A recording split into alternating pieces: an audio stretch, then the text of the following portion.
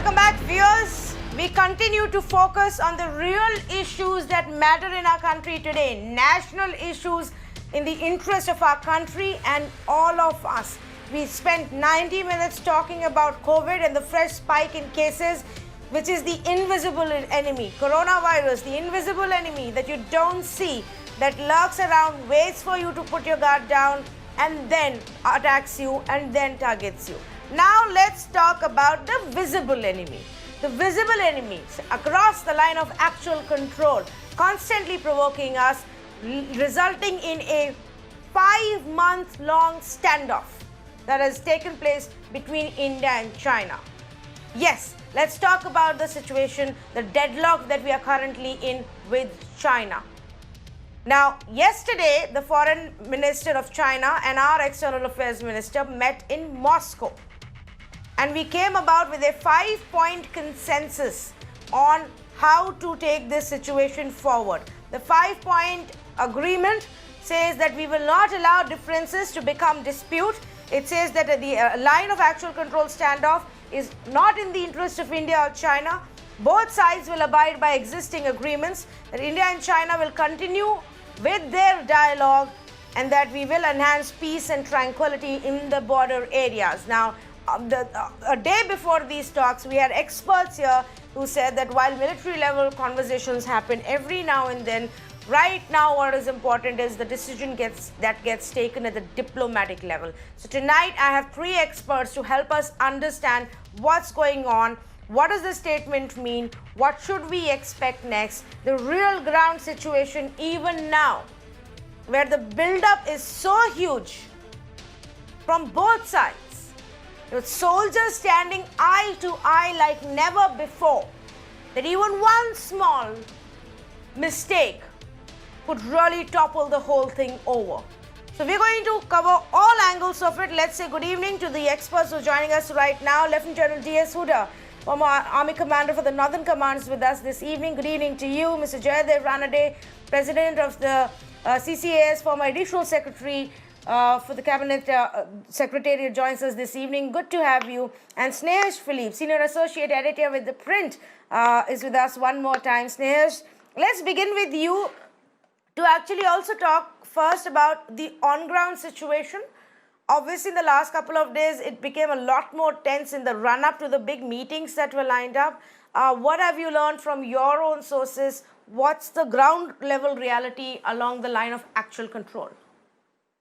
Well, as far as the ground level reality is concerned, as we speak right now, there are about 40 Chinese troops, armed troops face to face, facing a forward post of the Indian Army near the southern banks of Pangong Tso. The statements have come out from China talking about peace, but then I'm very skeptical because, Chinese say one thing and does the exactly opposite of it. Remember that on the 28th, this is a very funny incident, and this shows how China behaves and acts. On the 20th of August, the Chinese commander contacted his Indian counterpart over the hotline at the Chushul Moldo meeting point, wherein which both sides discussed about the need to disengage, not to take any steps that would escalate the situation. Interestingly, the Chinese commander also spoke about the need, stressed on the need to not carry out patrols at night. And now this is something that caught the Indians, the attention of the Indian commander. And in the same day, at about 11 in the night, the Indian surveillance system picked up Chinese movement. Now this was, a large group of Chinese soldiers who were trying to enter the southern bank and capture more territory. The Indian, surveillance systems, including drones, followed them, and eventually the Indian soldiers outflanked the Chinese and now continue to dominate the heights in the southern bank. So this is how Chinese function. So one will really have to wait and see for the for the words to turn into action as far as de-escalation and disengagement is concerned. Well, you've raised a very important point there, General Huda. This is how the Chinese function. They say something on the face of it, they do something else on ground. I think in the last 5 months, we would have seen enough examples, let alone what we've seen in the past. then how do we progress from here on, General Huda? So how do we progress from here on? I think, we need to keep a very strong military posture on the ground, which they are doing.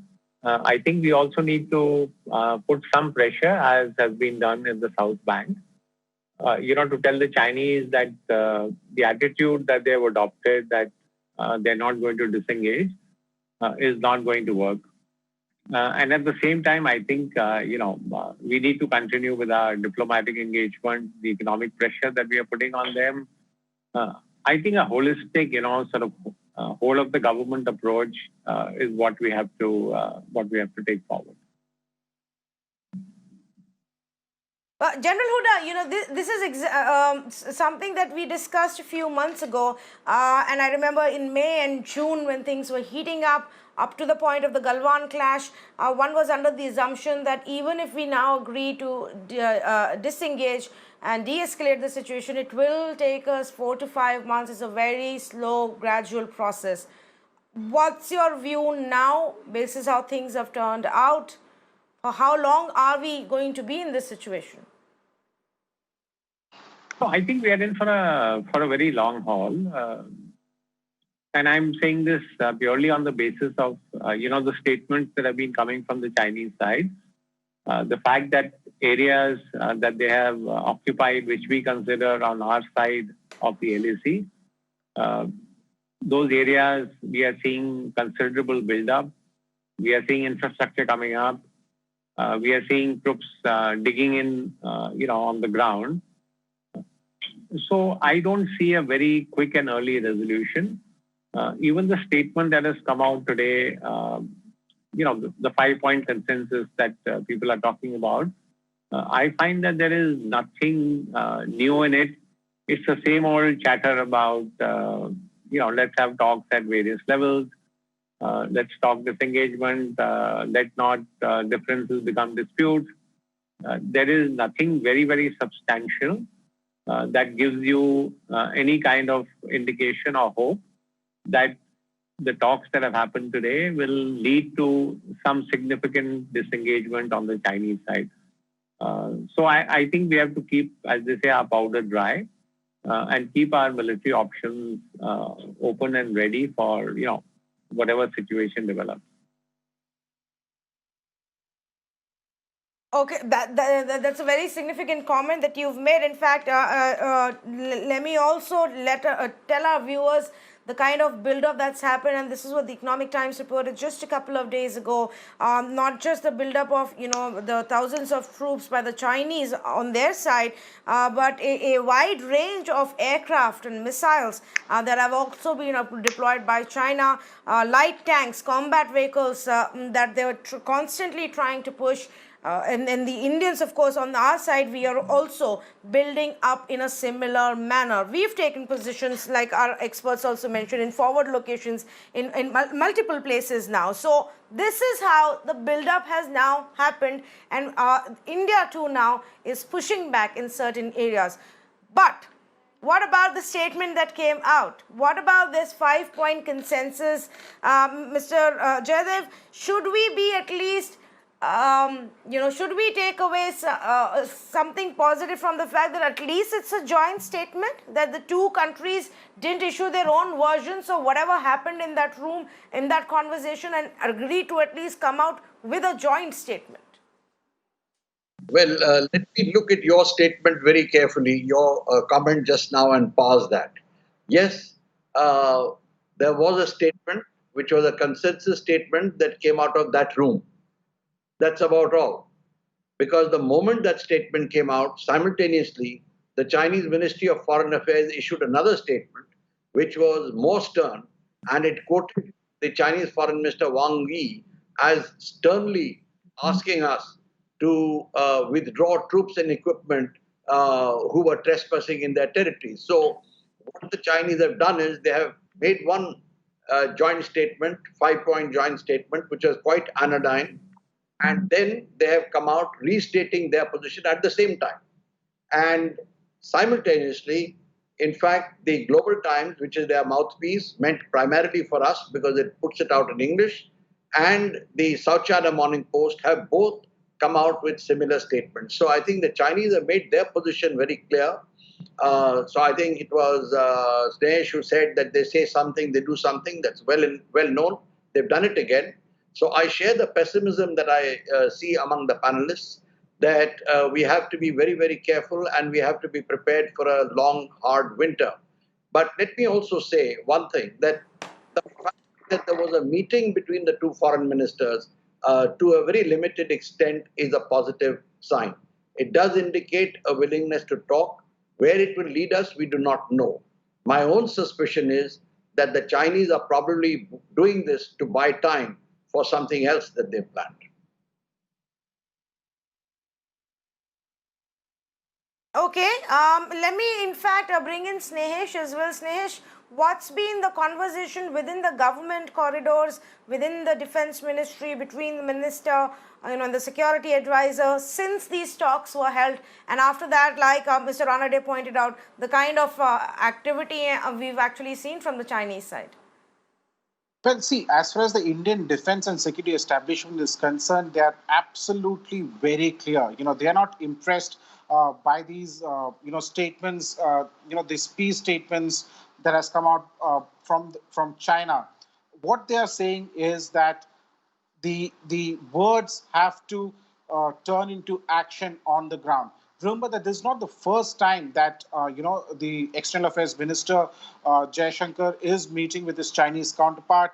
He has met earlier also. The NSA has spoken to his counterpart. The Defense Minister has spoken to his counterpart. They have met face to face, and there have been multiple talks that have taken place. So from the last time when there was a broader agreement, let's take into account what has happened since the last time both sides agreed to disengage. Galwan happened. The 15 Galwan ambush happened, in which 20 Indian soldiers lost their lives.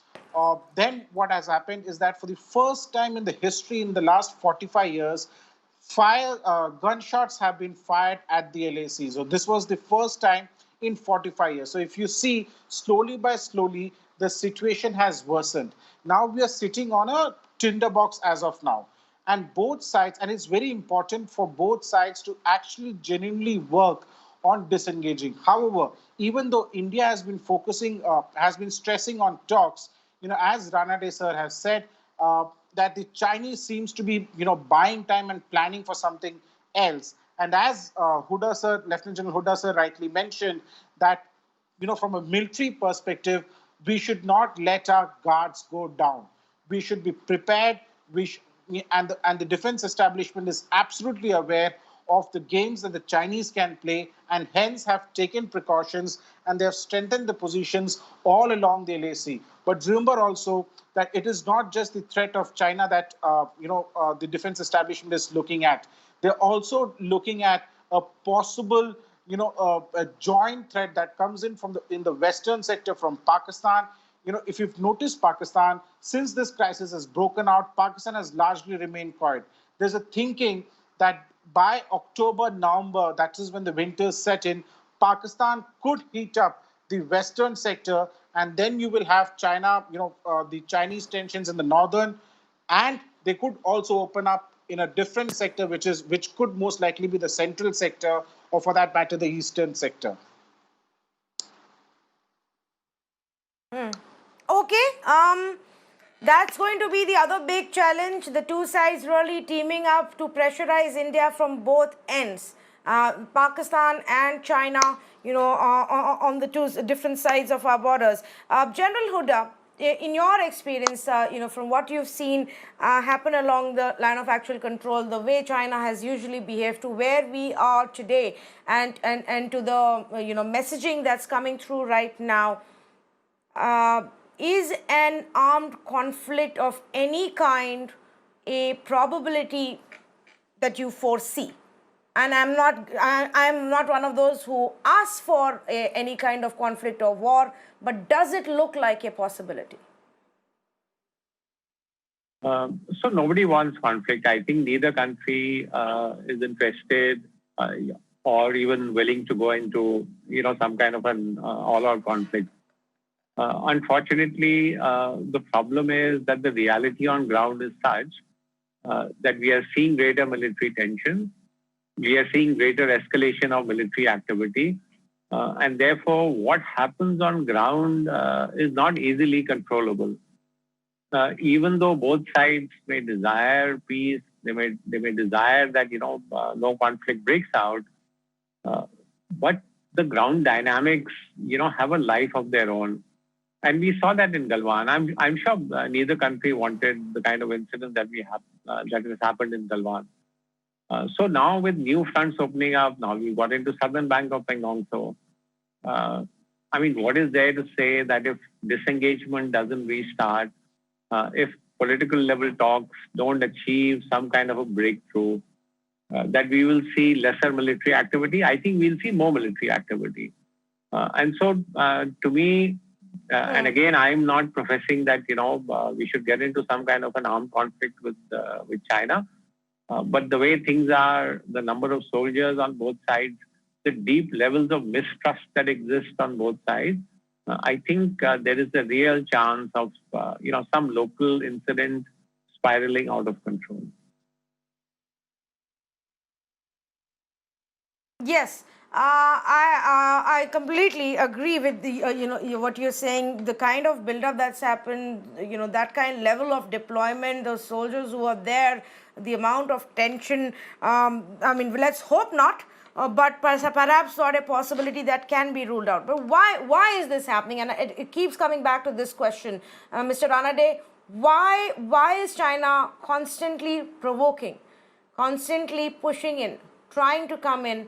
And this is not something that they are just getting into with India, but multiple countries right now. To your mind, what is China up to? I think we got to separate what's happening here with what's happening in the other sectors, with other. China feels that its time has come, that America has been weakened, and they're therefore pushing a very assertive or aggressive foreign policy. They've been doing it for some time. We are seeing this in the South China Sea, where they have antagonized a number of countries. We've seen it with Japan. And now, when the troubles have erupted in Hong Kong, and Taiwan has said that they do not accept the one country, two systems policy, there is greater pressure on Xi Jinping to show that he can actually realize the China dream that he's been talking about.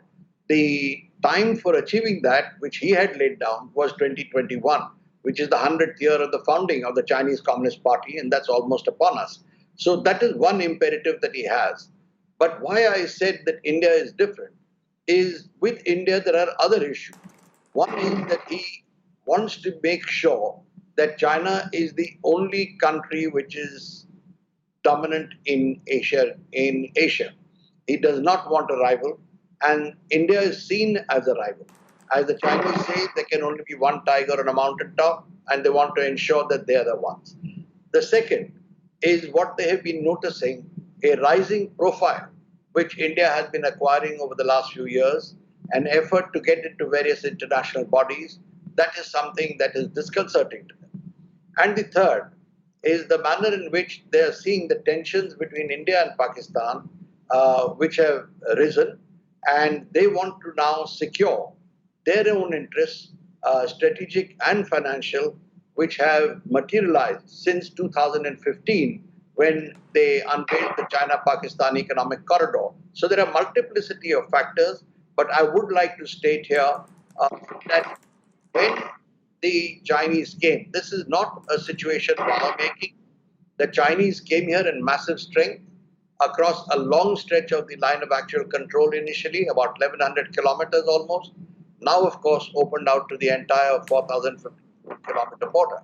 But they came here and we had to react, we had to respond. So the situation today is massive, massive gathering of forces, concentration of forces. It's a hair trigger situation. More forces are being inducted by the Chinese from what one knows. So what happens next, one doesn't know. But there are a couple of indicators that I see why I said that they are buying time. One is saying, let the border defense commanders carry on the negotiations and try and bring about a de-escalation and easing of the tensions. I don't see which border commander, defense commander, is going to willingly yield ground. So that's, I think, not, and I wonder why they did that. So there are various things like that, but I think we are sitting, it's a hair trigger situation. And I've just tried to outline to you the reasons why they've done it. But I can say one thing, that if China is not able to walk away with some kind of or a gain, then Xi Jinping will have egg on his face. And that's something that he certainly just doesn't want.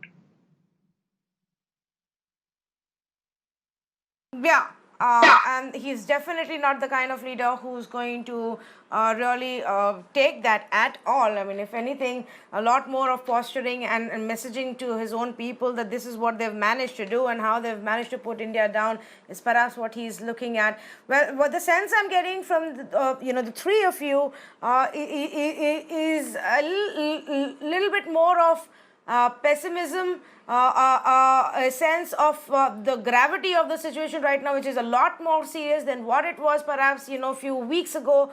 And that's not good. And it amazes me how this is still not one of the biggest talking points in our country. The situation and the ugliness of it, the tension that continues along the line of actual control, the massive face-off between India and China, two of the biggest countries, the biggest economy, in a year of economic slowdown, perhaps a recession, in a year of a pandemic. We are getting into a situation of almost a military conflict, and yet it doesn't get talked about enough. It amazes me why that happens. But thank you so much to all three of you for joining us, for breaking it down, telling us the ground reality, what it means, what are the governments thinking, and what possibly could be the way forward. One can only hope that some sense prevails for China, or we manage to at least bring in enough international pressure, enough economic pressure and military pressure to make the Chinese understand that they are not going to get anything